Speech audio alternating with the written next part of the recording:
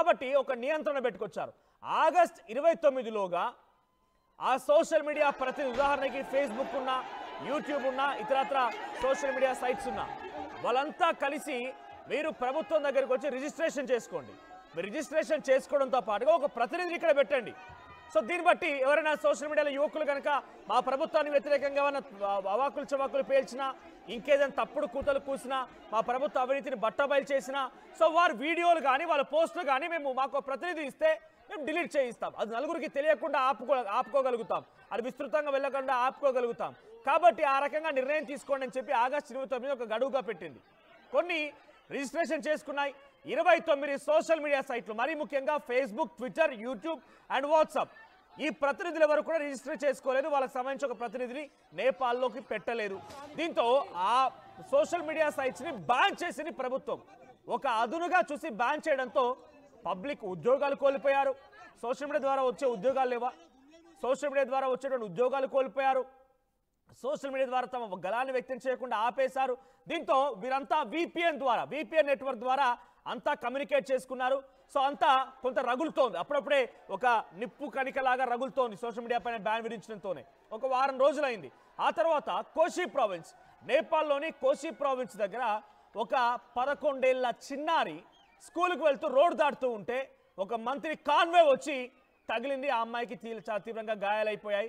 ఆ కాన్వేటువంటి మంత్రి దిగలేదు, అక్కడ ఉన్న అధికారి దిగలేదు, సామాన్య ప్రజలే ఆ పాపం ఆ చిన్నారిని తీసుకెళ్లి ఒక పక్కన కూర్చోబెట్టి ట్రీట్మెంట్ చేసి హాస్పిటల్కి పంపించే ప్రయత్నం చేశారు. ఇక అక్కడితో మొదలైన అసలు ఉద్యమం, అంటే వీళ్ళ అహంకారం అనేది అక్కడి నుంచి చాలా క్లియర్గా అర్థమైపోయింది. ఇక ప్రజలంతా రోడ్లు ఎక్కడ మొదలు పెట్టారు? త్రిభువన్ యూనివర్సిటీ, కాఠ్మండూలోని త్రిభువన్ యూనివర్సిటీ దగ్గర అసలు విషయం స్టార్ట్ అయింది. అది కాస్త ఒక నిప్పు కణికలాగా నేపాల్ ప్రధానిపై పడిపోయి, నేపాల్ అధికారులపై పడిపోయి, నేపాల్ మంత్రులపై పడిపోయి రగళ్ళ మొదలుపెట్టింది. అగ్నిగుండంలా మారిపోయింది నేపాల్ అంతా కూడా. కొంత ఆందోళనకరంగా అక్కడ పరిస్థితులు మారిపోయాయి. ఒకసారి ఆ విజువల్స్ చూద్దాం. ఆ విజువల్స్ చూస్తే మీకే అర్థమవుతుంది అక్కడ ఎటువంటి సిచ్యువేషన్ నెలకొందనేది.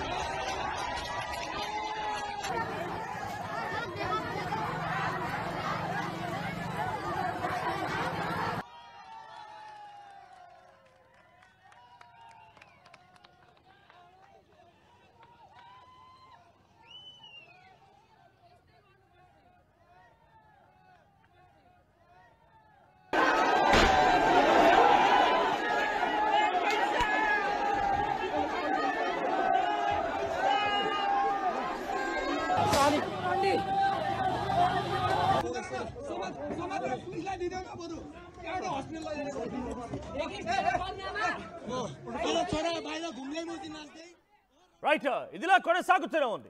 సో దీంతో సోషల్ మీడియా బ్యాన్ పైన యువకులంతా రోడ్డు ఎక్కడంతో పోలీసుల్ని తమకున్న భద్రతా బలగాలు ఉపయోగించి 20 మంది యువకులని హతమార్చారు. 20 మంది యువకులను హతమార్చి కొన్ని వేలాది మందిని గాయాల పాలు చేసి ఆసుపత్రి పాలు చేశారు. దీంతో ఇక్కడితో ఉద్యమం ఆగలేదు. పార్లమెంట్ భవనాన్ని చుట్టుముట్టారు, పార్లమెంట్ భవనాన్ని తగలబెట్టారు, హైకోర్టు భవనాన్ని, సుప్రీంకోర్టు భవనాన్ని తగలబెట్టారు. ఒకటి కాదు, రెండు కాదు, ప్రభుత్వ భవనాల్ని, ప్రభుత్వ రంగ సంస్థల్ని, మరీ ముఖ్యంగా మంత్రుల నివాసాన్ని, ప్రధాని యొక్క నివాసాన్ని చుట్టుముట్టి నిప్పంటించారు. ఒక ఉద్యమం రగులుతోంది.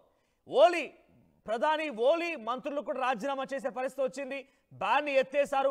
బ్యాన్ని ఎత్తేసినా కూడా ఇంకా ఉద్యమం ఆగలేదు. కేవలం సోషల్ మీడియా బ్యానే ప్రధాన కారణం కాదు. నిరుద్యోగ సమస్య, అవినీతిలో కూరుకుపోవడాలు, వారి కుటుంబాలు, వారి పిల్లలు, వారే అంతా కూడా ప్రభుత్వ ఉద్యోగాల్లోకి రావడాలు, మిగిలినటువంటి వారిని పట్టించుకోపోవడాలు, సామాన్య ప్రజల ఊసే ఎత్తకపోవడాలు, ఇవన్నీ కూడా ఆందోళనకు గురి చేశాయి. దీంతో ప్రధాని ఓలీ నివాసాన్ని తగలబెడితే ఆర్మీ ఆయన రక్షించి కాపాడి సురక్షితంగా బయటికి తీసుకురాగలిగింది. కానీ ఆయన భార్యపై దాడి జరిగింది. మంటల్లో మరో మాజీ ప్రధాని భార్య కూడా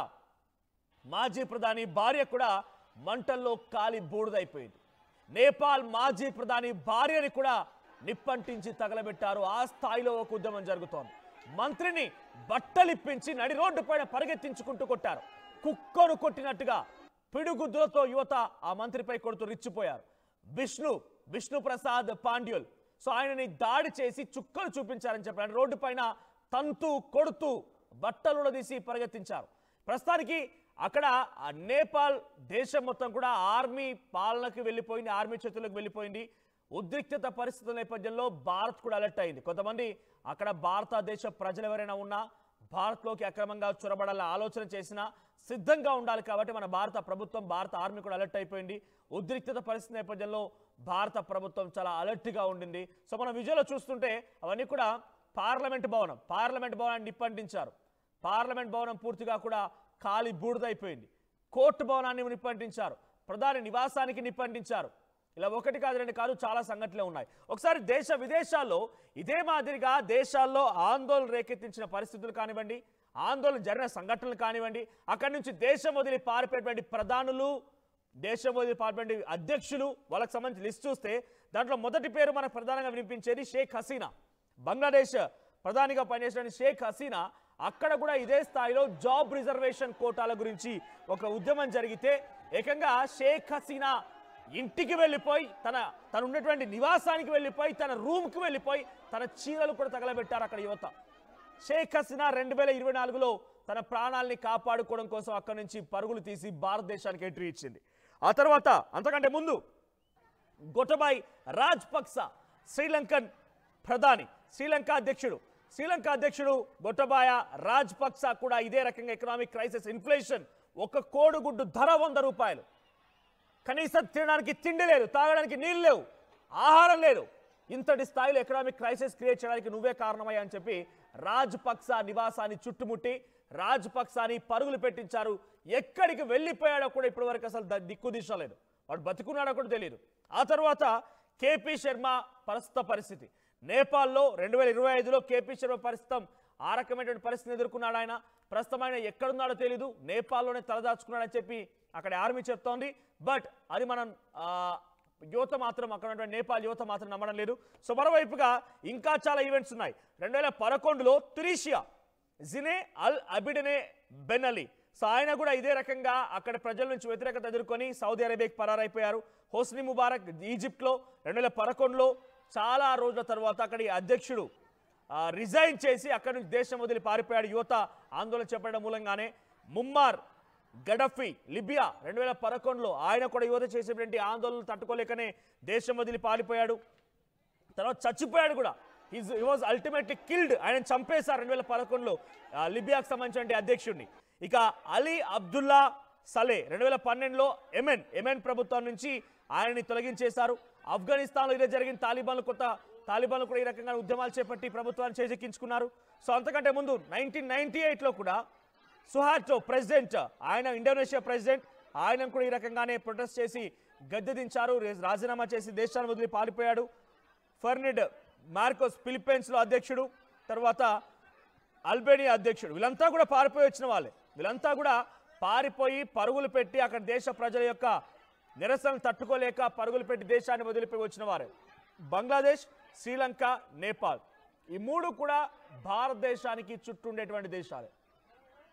అక్కడ ప్రధానంగా అక్కడ ఉన్నటువంటి ఆ యువత మొత్తం కూడా ఉద్యోగ సమస్యలు, రిజర్వేషన్ల గురించే పోరాటం చేస్తూ అవినీతికి సంబంధించి రోడ్డు ఎక్కి నిరసన వ్యక్తం చేస్తారు. అక్కడ విజువల్లో చూడండి ఒకసారి, విజువల్ మీకు ఫస్ట్ నుంచి ప్లే చేయిస్తాను నేను.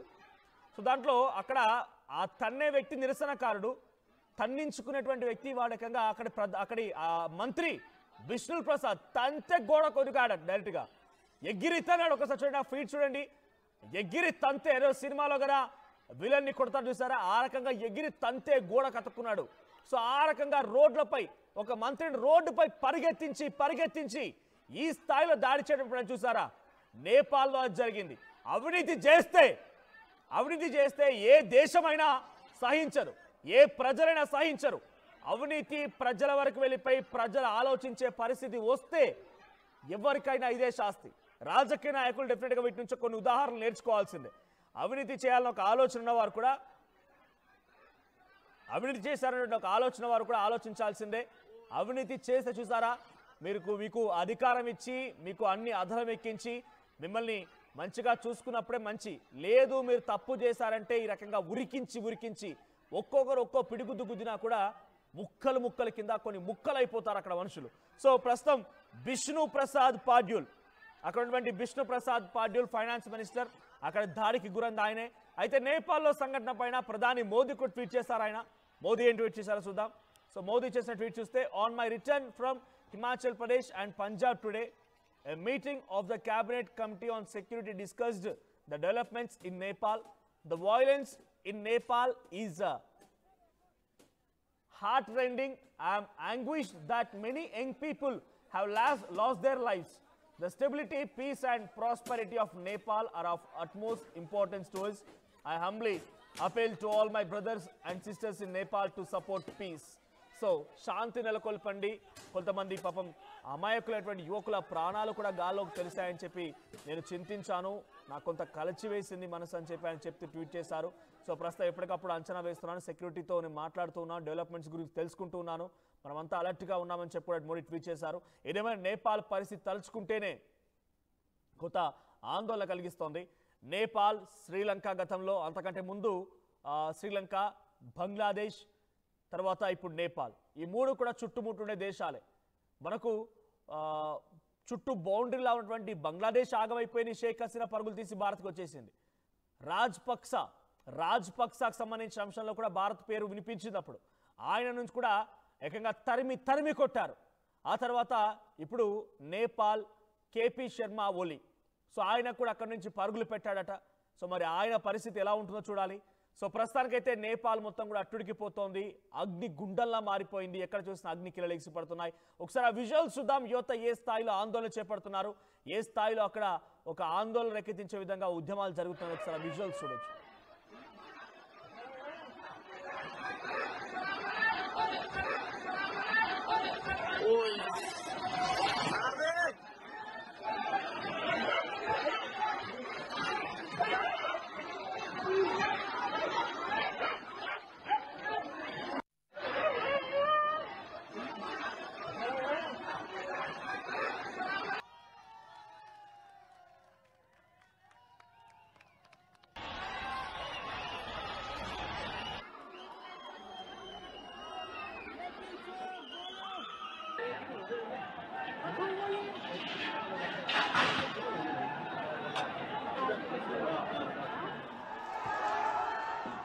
సో దీన్ని బట్టి ప్రపంచ దేశాల్లో అటువంటి దేశాధినేతలు కానివ్వండి, అక్కడ మంత్రులు కానివ్వండి, ఒక విషయం వాళ్ళకి గుర్తెరగాలి ఏంటంటే, అవినీతి జరిగితే సహించరు. యువత ఇంకా కూడా మీరు వేసేటువంటి ఉద్యోగాల నోటిఫికేషన్ల కోసమో ఎప్పుడెప్పుడు అని ఎదురు చూసే పరిస్థితి మొత్తం కూడా చేజారిపోయింది. మీ పిల్లలేమో, దేశాధినేతలు ఉన్నటువంటి పిల్లలేమో, దేశాలను పరిపాలించే పాలకుల పిల్లలేమో పెద్ద పెద్ద ఉద్యోగాలు, బ్రాండెడ్ కార్లు, ఫోన్లు, రకరకాల లగ్జీరియస్ అండ్ లావిష్ లైఫ్ని గడుపుతూ ఉంటే మేము ఇంకా మీరు చెప్పేటువంటి మాటలు నమ్మి, మీరు రెచ్చగొట్టే విధానాలు నమ్మి వాటి వరకు ఆగిపోవాలా? ఇప్పుడు నేపాల్లో జరిగింది అదే. కొంతమంది త్రిభువన్ యూనివర్సిటీకి సంబంధించిన పిల్లలు మీడియాతో మాట్లాడుతూ, యూనివర్సిటీకి సంబంధించిన విద్యార్థులు మాట్లాడుతూ వారు ఏం చెప్తున్నారంటే, మేమేమో ఖాళీ కడుపుతో నిరుద్యోగ సమస్య